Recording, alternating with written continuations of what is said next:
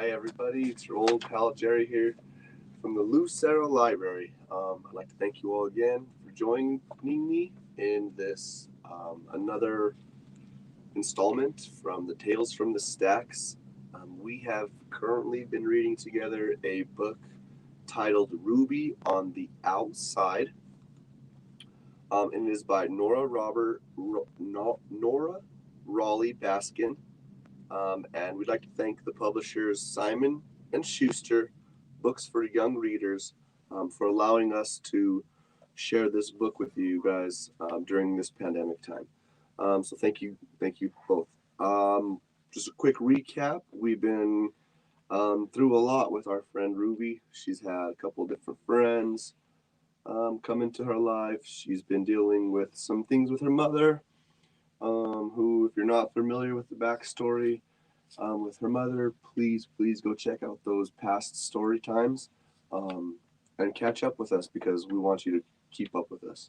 For everybody else, here we go into chapter 7. I imagine there comes a certain time in a new friendship when the inevitable invitation comes up. Want to come up to my house?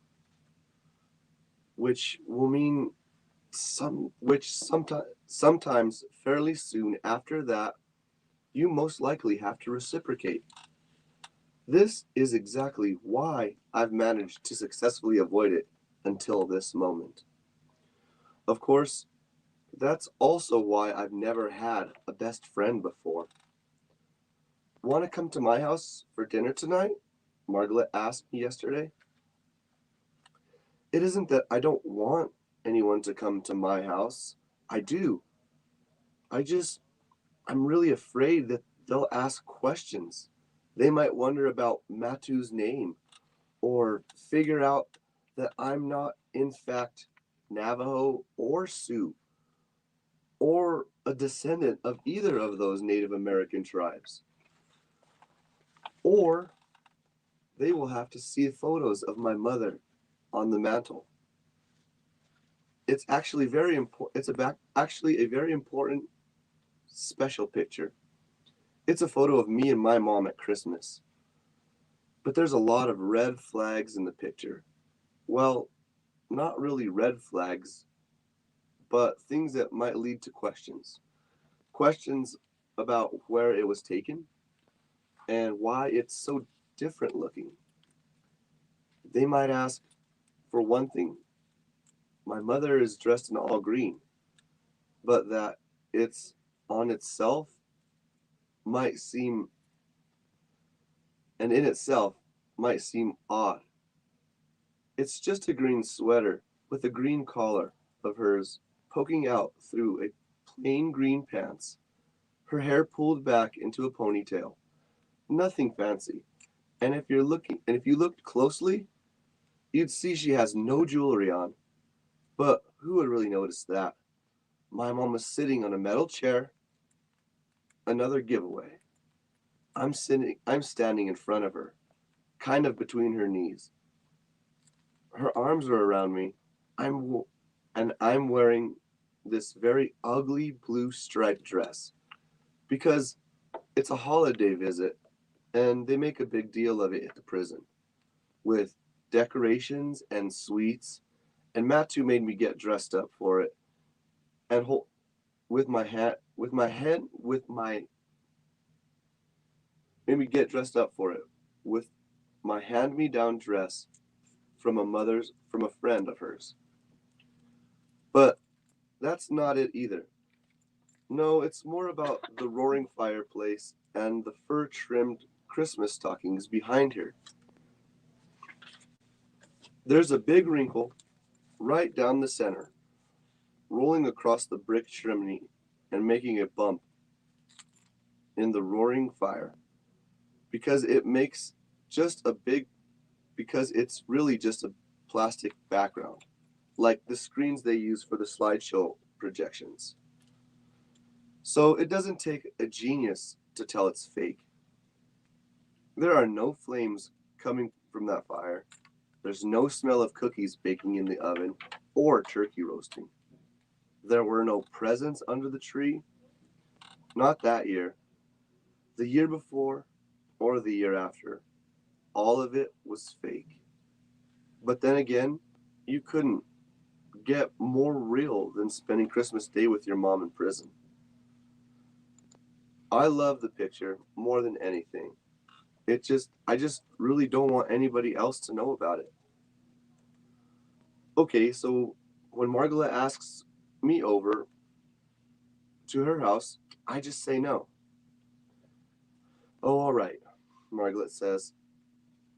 Camp is over on Friday. Yvette and Beatrice walked us back to our houses.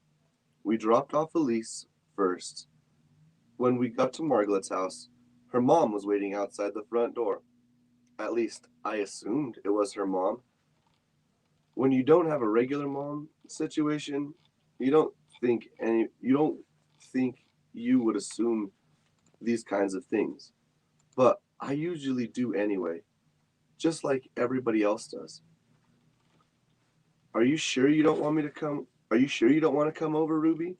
Margaret asked again. And then she looked up at her mom. Maybe like she could say something that would change my mind. I looked up a few steps leading to their house, but oh no, it has to be Margaret's mom. She has the exact same hair, shiny and straight. Only the mom has hers wrapped on the top of her head. That only that the mom has hers wrapped up on top of her in a way that makes it look neat and secure, but also loose and pretty. When I visit my mom, she brushes my hair sometimes for me the whole visit. We are always allowed to have a hairbrush, but she uses her hands. Now, Mood, don't put your friend on the spot, Margaret's mom says. Maybe she's needs to get home. Maybe she's just tired. And I'm just torn. Margaret's the first girl that has ever seemed that might be my real best friend. And if I don't take a step, I'll never find out. Next year is middle school, and by all accounts, a best friend is essential and an essential accessory. Not to mention I really, really like Margaret. Maybe another night, I say to Margaret, glancing up at her mom for approval. How about tomorrow night then? Margaret jumps up right away. Yvette and Beatrice are standing right there, waiting, not really listening, but sort of half wanting to hear the conversation be over so they can move on and get rid of me at my house. Like when the bus driver patiently lets the kids hold on and say goodbye to their moms for a little longer than necessary. But then, but you can bet if Margaret's mom wasn't right here, Yvette and Beatrice wouldn't be so patient. Moo, you're doing it again. Margaret's mother was going to start to protect me again. But time is running out, and we're only getting older and closer to sixth grade. So I just say it. Okay, sure, tomorrow night.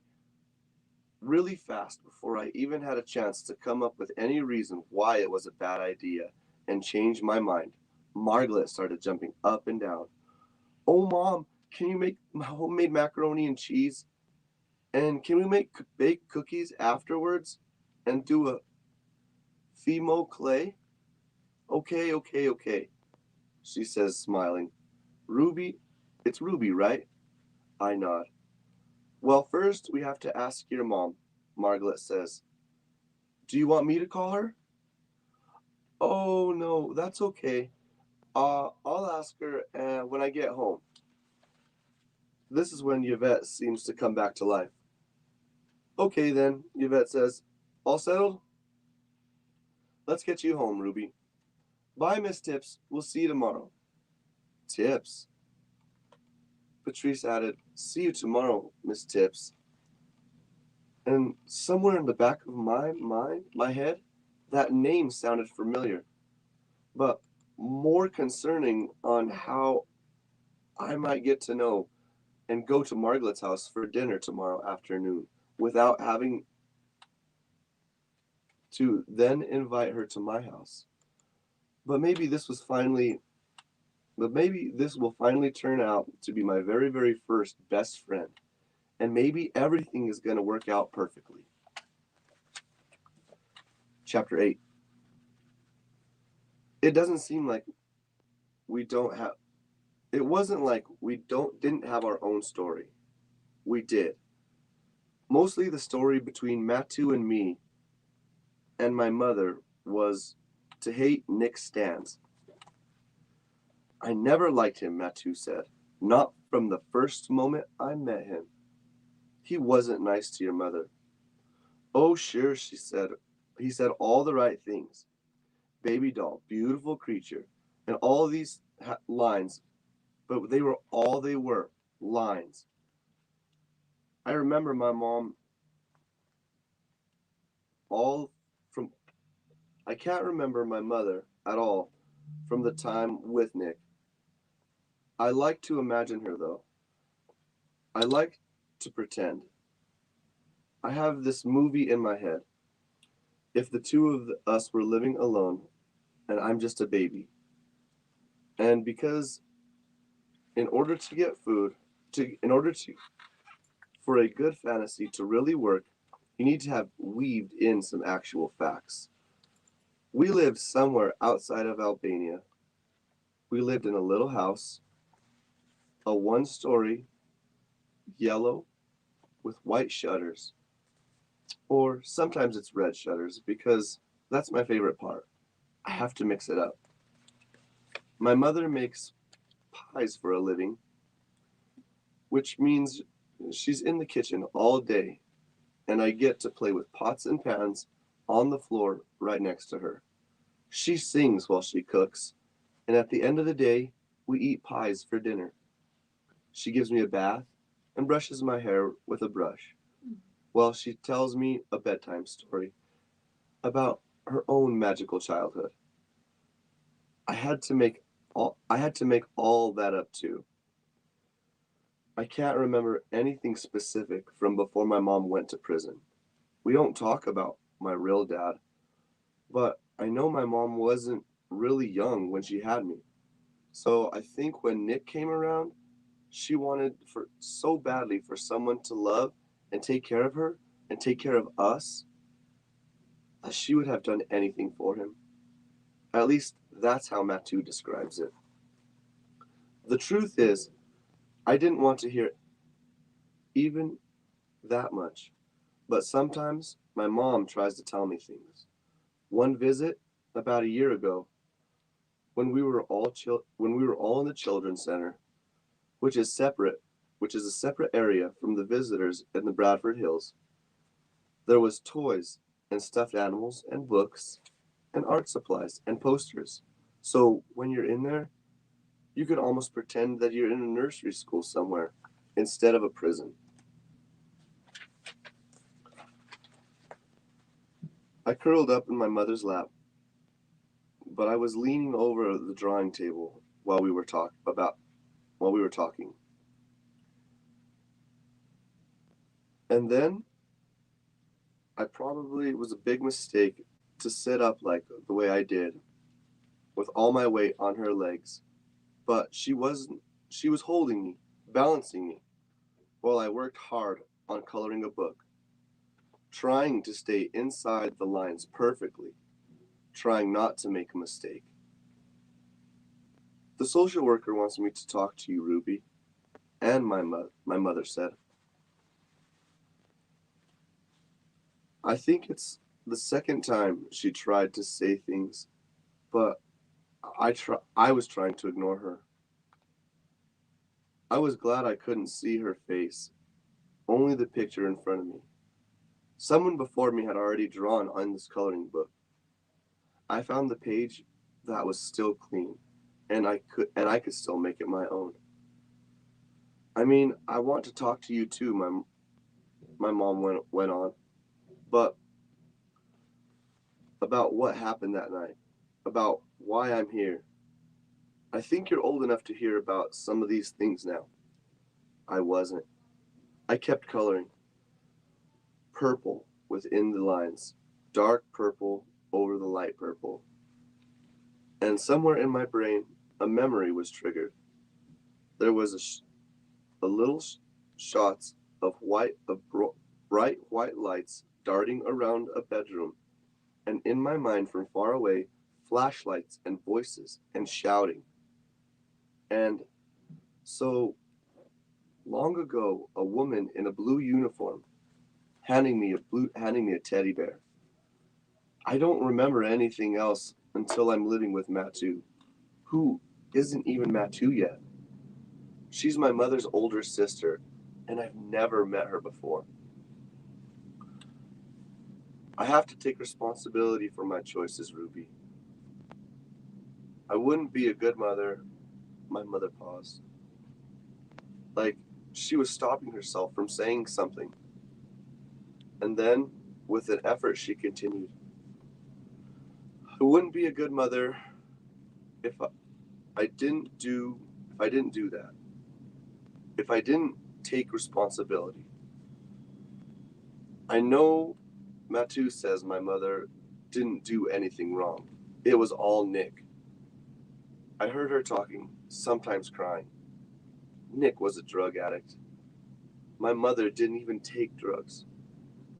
Everyone gets tested when they get arrested, and my mother didn't test positive for anything, not even alcohol, and that's legal. She was at the wrong place at the wrong time. That's what Matu said. Ruby, are you okay? My mother asked me. I didn't want to hear whatever she was going to say, but I had to say something to act like I was interested, and then get her to change the subject. What happened to him? I picked a new color, orange, and I started going over the parts I had already colored with purple, and then the whole thing was looking like a brown mush. To who? Nick? There were other kids around, some talking quietly, others playing games, some fighting with their moms, arguing about where where getting arguing about why they were getting in trouble in school or at home or being disrespectful or angry. I never understood how you could use such a tiny amount of time and have with your mom and use it like that. He went to prison, Ruby. You never have to worry about him again. For longer than you? I wanted to believe there was something fair about the whole thing that seemed to be going that seemed to be horribly unfair to me. But when I asked the question, I saw Matu rolling her eyes, like she was having a seizure. What? I asked. That doesn't matter, Ruby, my mother told me, which meant she wasn't going to answer me. What matters is how I move forward from here, and if you can forgive me. Forgive you? My orange crayon snapped right in half in my hand. For what? I watched Matu started shaking her head. In some silence, her sister's communication. Let it be, Janice, she said finally. And then my mother got quiet. She kissed the top of my head, picked up my yellow crayon, and started working on the page with me. She was letting it go now. Now I could breathe. I already knew what had happened to Nick. Though, even before I asked, I had heard Matu on the phone. so many times, even when I tried not to. Nick had some information about some bigger and more dangerous drug dealers, the ones he bought the drugs from, and he traded that information for a lesser sentence. He was offered what they call a plea bargain. He ratted out his drug supplier in exchange. He didn't have to spend as many years behind bars as my mother, who had done nothing. She hadn't even done anything to give them in exchange for a lighter. She didn't have anything to give them in exchange for a lighter sentence, and they didn't offer her a plea bargain. Nobody needed anything from my mom, but I did. Well, everybody, seems to be getting pretty good. We're learning about a lot about what's happening with our friend Miss Ruby, and about what happened with her mom in this one. So, if you enjoyed this book, please come back and check it out so you can read it on your own. If you don't want to wait for me to finish it, come check it. It's at the library. And don't forget, as always, to please stay tuned for some other stuff from all your friends here at the Lucero Library. With Miss Jessica and our new friend Miss Britt, they offer you all kinds of cool and other virtual programs. So, for your friend Jerry V, signing out, Tales from the Stacks. Peace.